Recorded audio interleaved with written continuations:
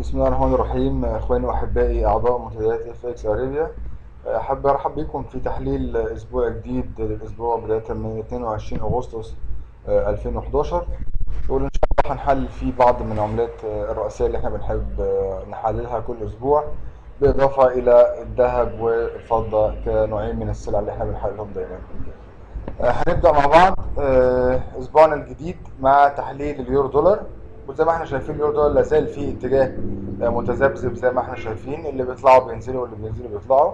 وده كان واضح ان اليورو دولار يسير الآن في اتجاه جانبي، ولكنه يسير في مثلث. طبعا زي ما احنا عارفين المثلث ده نموذج استمراري، وقد يسعى اليورو دولار الى كسر قمه هذا المثلث او الدور العلوي المثلث حتى يسعى للمزيد من الصعود. حتى الان اليورو دولار لا زال يتداول فيه مستويات ضيقه جدا. هو دلوقتي عند سعر حوالي 1.4400، وأي كسر وإغلاق لمستويات 1.4450 سيذهب بنا إلى المزيد من الصعود. القمم السابقة زي ما هو موضح عندنا بالشارت على الشارت. وبعد كسر هذه المستويات اللي هي مستويات 1.435 سنبدأ إلى المزيد من الاتجاه الصاعد.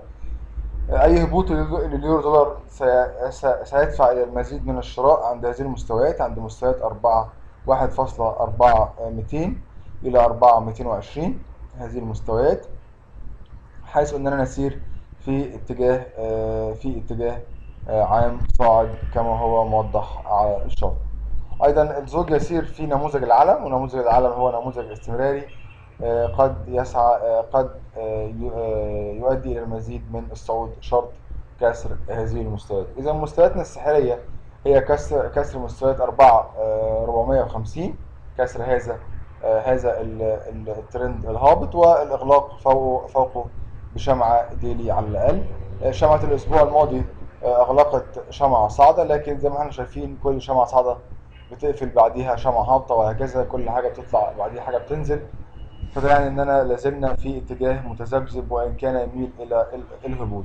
اذا مستوياتنا السحريه هي كسر هاي الاسبوع الماضي علشان نتاكد في المزيد من الصعود، وكسر هذا الترند يؤكدنا برضه المزيد من الصعود. قد يكون في بعض الهبوط في بداية الأسبوع للارتكاز على هذا الترند، ويمكننا الشراء في حالة الوصول إلى هنا مستويات زي ما قلنا من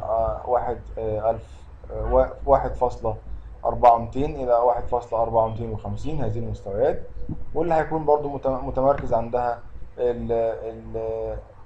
الموفينج افريج 200 اللي احنا قد نرى صعود ليه في خلال بداية هذا الأسبوع. زي ما احنا شايفين ادي اغلاقاتنا، وكسر هذا المستوى سيعني الى الذهاب الى مستويات الى القمم التالية، القمة دي ثم القمة دي ثم كسر هذه القمة اللي هي مستويات 1.4550 سيذهب بنا الى مستويات مرتفعة جدا القمة التالية، وهكذا في الاتجاه. اذا اتجاهنا العام صاعد. الشراء هو افضل من البيع، الشراء من هنا او الشراء من كسر الترند الهابط. لو كسر هنا سننتظر مؤقتا الشراء، وسنراقب الارتداد من قاع القناة السفلي اللي اليورو دولار بيسير فيها. نشوف عملة أخرى وهي الباوند. الباوند أيضا يسير في اتجاه صاعد. احنا شايفين على فريم الويكلي عندنا اتجاه صاعد زي ما احنا شايفين. وايضا كان في ترند كنا اتكلمنا عليه الاسبوع الماضي، لكن السعر لم يفلح في الاغلاق فوقه. واي صعود للسعر فوق هذا الترند خلال هذا الاسبوع سيؤكد اننا في المزيد من الاتجاه الصاعد. حتى الان السعر لم يلامس الموفينج افريج 200، واعتقد اننا سنذهب الى ملامسته واختباره مره اخرى. شايفين هنا ايضا الزوج يسير في نموذج المثلث، ونموذج المثلث هو نموذج استمراري، يعني اننا سيكون امامنا المزيد من الصعود. الزوج قدر ان هو يكسر المثلث ويقوم الان باعاده الاختبار. اي اغلاق تحت مستويات 1.6450 سيعني اننا سنهبط مجددا حتى الارتكاز على هذا الترند، سيكون لنا هبوط للارتكاز على هذا الترند والموفنجات، ويمكننا الشراء مرة أخرى من هذه المستويات بهدف أهداف علوية مرة أخرى مستويات 6500. إغلاق ديلي صاعد يوم الاثنين سيعني إننا بالفعل قفلنا فوق الموفنج عفوا الترند المكسور، وعملنا إعادة اختبار صحيحة للمثلث المكسور والقمم، أي قمة أو أدي الثانية أو أدي الثالثة. أتمنى إن يكون في شمعة صاعدة يوم الاثنين عشان يؤكد لنا الاتجاه الصاعد حتى الهبوط والشراء من هذه المستويات. إذا مستويات 16200 هي مستوياتنا، من 16200 ل 16250 هي مستوياتنا الشرائية، أو إغلاق يوم الاثنين شمعة صاعدة سيعني أننا سنقوم بالشراء مجددا مرة أخرى. كان في ترند صغير على فريم الأربع ساعات وهنراقبه خلال يوم الاثنين، وهنشوف كيف سيتعامل الزوج مع هذا الترند. هل سيكون كسر واغلاق قوي ام سيكون هناك ارتداد؟ يمكن في اخر شمع 4 ساعات شهدنا هبوطا قويا للباوند، واعتقد ان ده كان فقط بعض التفريغ بسبب يعني شايفين كان في صعود طوال الاسبوع وكان في تفريغ في نهايه الاسبوع، ولا يمكن اعتباره كسرا حقيقيا. وسنتابع شمعة يوم الاثنين وماذا ستسفر عنه. لو قفلت صاعدة يبقى احنا هنخش شراء بشكل قوي ان شاء الله. عملة تانية وهي عملة الدولار فرانك. زي ما احنا شايفين الدولار فرانك يسير في قناة هابطة قوية جدا، وقدر ان هو يقفل بداخل القناة مرة اخرى، واعتقد اننا لو حصل صعود مرة اخرى الى مستويات 850 سنقوم ببيع الدولار فرانك علشان يكون بالالتزام مع الترند العام الهابط. وده لو بعنا هنا هيكون الارتكاز رقم 5، شايفين هنا 1 2 3 4، وهيكون الارتكاز رقم 5 في هذه المستويات. لو وصل هنا انا ان شاء الله ساقوم ببيعه حتى مستويات هابطة نسبيا، على الاقل القاع بتاع القناة، ثم المزيد من الهبوط وكسر اللو التاريخي مرة أخرى. الزوج يمكن عمل له تاريخ عند مستويات 70-60 وثم صعد حوالي 800 نقطة خلال الأسبوع الماضي. يمكن الأسبوع الماضي قفل بشمعة، يعني شمعة حائرة شوية، وتوقعنا إن هو هيقفل بشمعة صاعدة لكنه لم يغلق بشمعة صاعدة وقفل بشمعة حائرة. نتوقع الصعود وملامسة هذا الترند ثم معاودة الهبوط مرة أخرى، وده نفس السيناريو اللي الدولار فرانك بيعمله منذ فترة طويلة، يمكن حوالي أكثر من سنة. يطلع وبعد كده ينزل يقع تاني، يطلع وينزل يقع تاني. شايفين السيناريو بيتكرر مرة أخرى، وأعتقد ده هيتكرر مرة أخرى خلال هذا الأسبوع والأسابيع القادمة.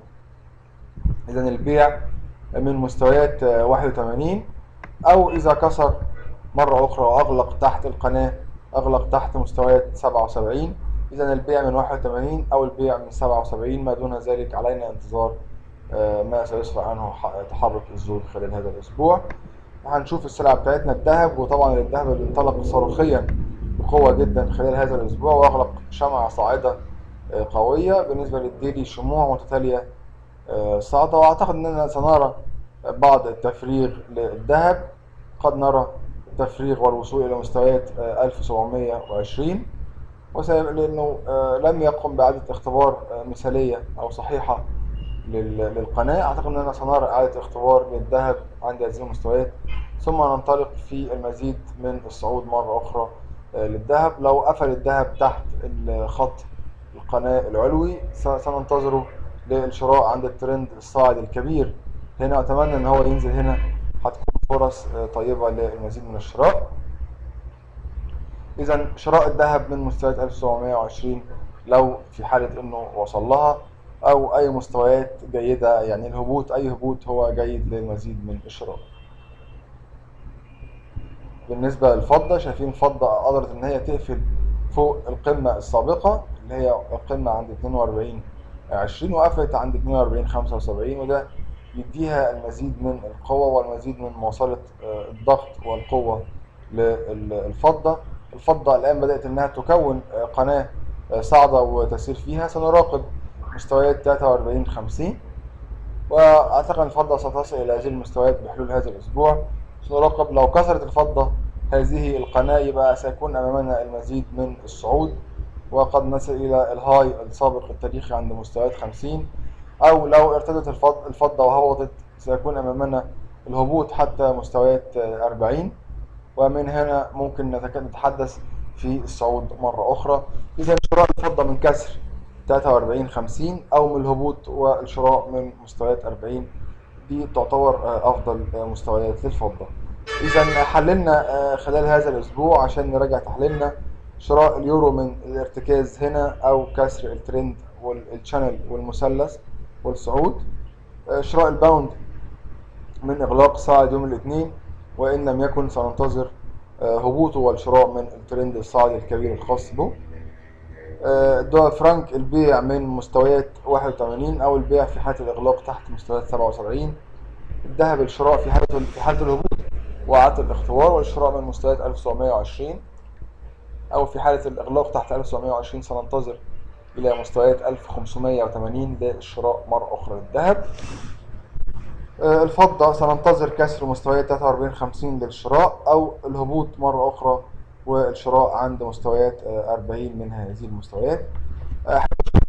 معكم يكون التحليل أفادكم، وإن شاء الله يا ريت نتابع سويا الناس اللي عندها اقتراحات أو تحليلات أو آراء في تحركات الشرطات خلال هذا الأسبوع. يا ريت إن احنا نكتب في الموضوع الخاص بالتحليل الأسبوعي في المنتدى.